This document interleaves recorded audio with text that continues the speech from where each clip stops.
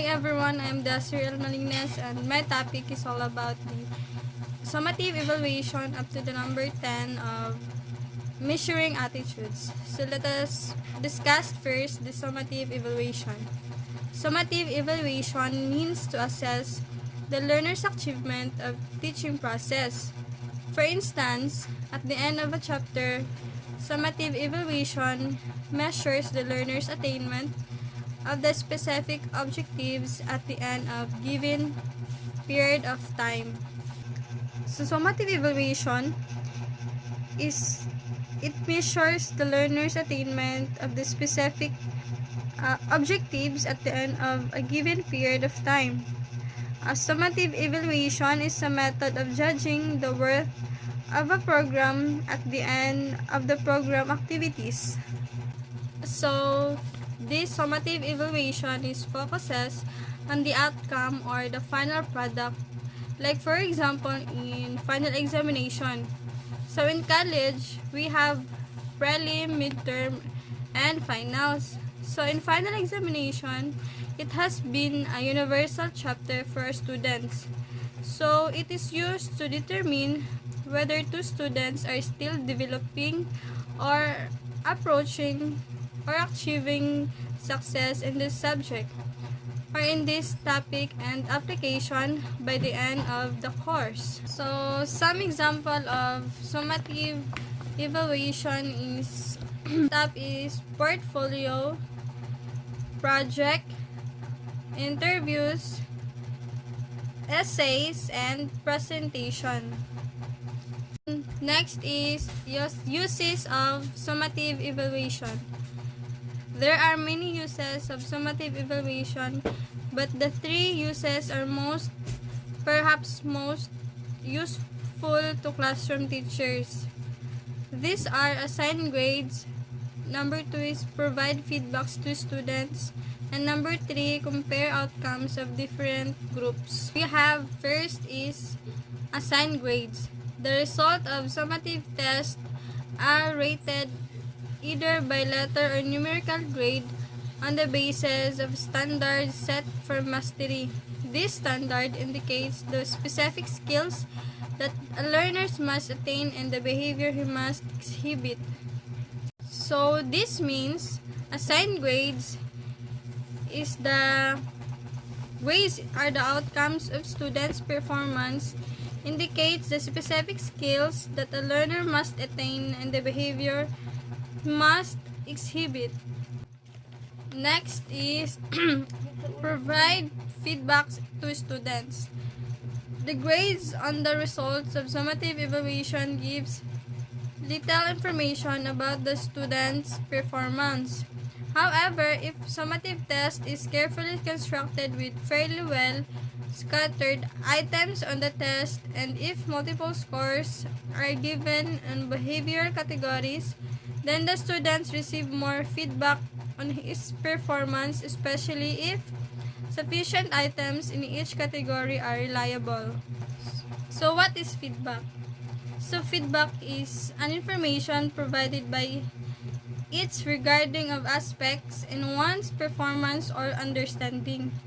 First of all, feedback is effective when it consists of information about someone's progress and about how to proceed.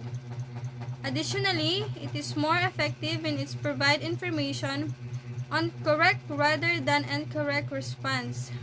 Furthermore, feedback is concrete, specific, and useful. So, teachers need to make appropriate judgment about when and how and level of appropriate feedback. So, for some teachers that are usually provide student feedback is verbal feedback. When we say verbal feedback, it is easy to give. Teachers can include in any stage of the lesson. So, for example, that was a very good description of food you like. Your pronunciation is quietly accurate. However, you should pay attention when you use is on her. So, you're confusing them about their speaking skills. So, you're providing the students to have feedback about what happened. And that feedback will be the student's motivation to improve or to have progress in terms of speaking skills and have goals on how they will achieve it. So let us proceed about the characteristics of evaluation. Summative evaluation aims to assess the student's achievement at the end of every unit, chapter, quarter, semester, departmental, or academic year. National Achievement Test, or NAT, is an example of summative evaluation. So, like for example, students are already done with the chapter 1 and their lesson in PE subject. So therefore, teacher gave an assessment to determine or to measure what students have learned in that certain topic. Next is it provides overall decision of curriculum whether to revise or phase out. So after judging the summative result of students, it will be a basis whether to revise or phase out the curriculum, because it means to instruction the curriculum according to the needs of interest or abilities of the learners. So to eliminate unnecessary unit, teaching methods on a contest, so that to introduce the latest and update methods of teaching. And now let us proceed about the distinction between formative and summative evaluation. So, formative evaluation is an ongoing, flexible, and more informal diagnostic tool, while summative evaluation is the word implies an evaluation of the sum product of the lesson.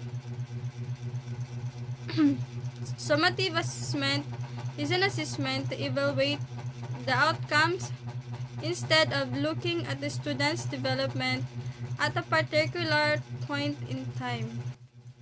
So, summative and formative distinction in terms of objectives. So, when the summative results of students is revealed, then the purpose is to analyze what unnecessary unit, contents, and strategies will terminated and produce new and update teaching methods. So while formative evaluation can be conducted during phase of the process, so this type of evaluation focuses on the process of the day instruction. Next is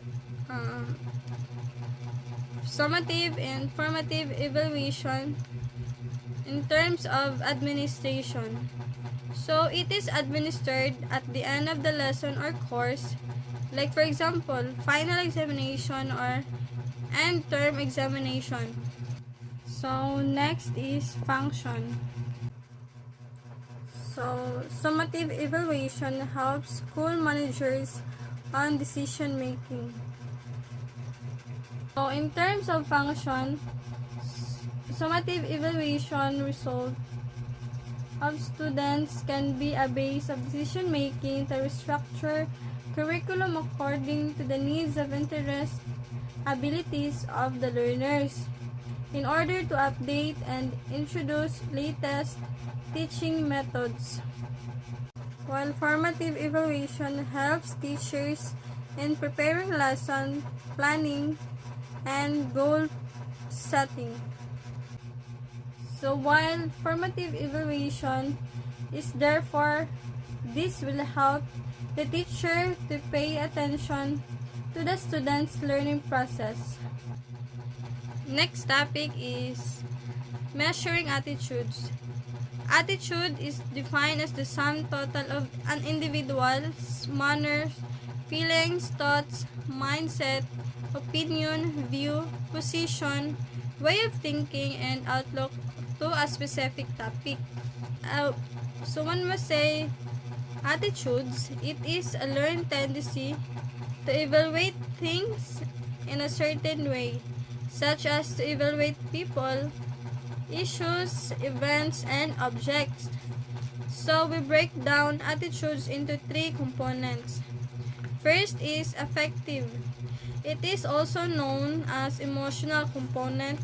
So, we may feel or have emotion about the certain aspects or subject or object or topic, and this is in a shape of our attitudes. For example, I can say unemotional by saying I am scared of cockroach. So the word scared indicates an emotional that gonna change our attitudes towards the cockroach. Next is behavioral. So behavioral is how we act or behave towards an object or on a subject. So for example, I will avoid cockroach. I'll scream if I see one. The word avoid and scream indicate an action or behavior. So that going to influence our attitudes. And last is component act cognitive. So we form thoughts, we form beliefs, or have some sort of knowledge about a subject or an object or a topic. Let's go and shape and influence our attitudes. Like for example, I believe cockroaches are dangerous. So we our beliefs that they are dangerous, and that's gonna form our attitudes. So I will call this component of ABC models of attitudes. So here's some suggestion in measuring attitudes. The suggestion in measuring attitudes are as follows.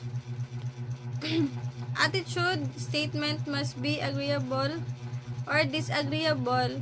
For instance, punctuality must be rewarded or incentives. Number 2, attitude items must be stated in present tense or future tense rather than past tense. So like for example, I love to ride a bicycle.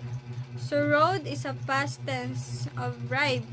So it must be I love to ride a bicycle. Next is simple and understandable statement are preferred rather than ambiguous statement. So ambiguous statement has two meaning, so it must be simple. Like for example, folk dance can improve fitness. Next is only one complete attitude item is stated in every attitude statement. So, for example, I am happy and excited to go in a field trip. So, it must only one attitude to use. Like, I am excited to go to field trip. And that would be all about my discussion. Thank you so much.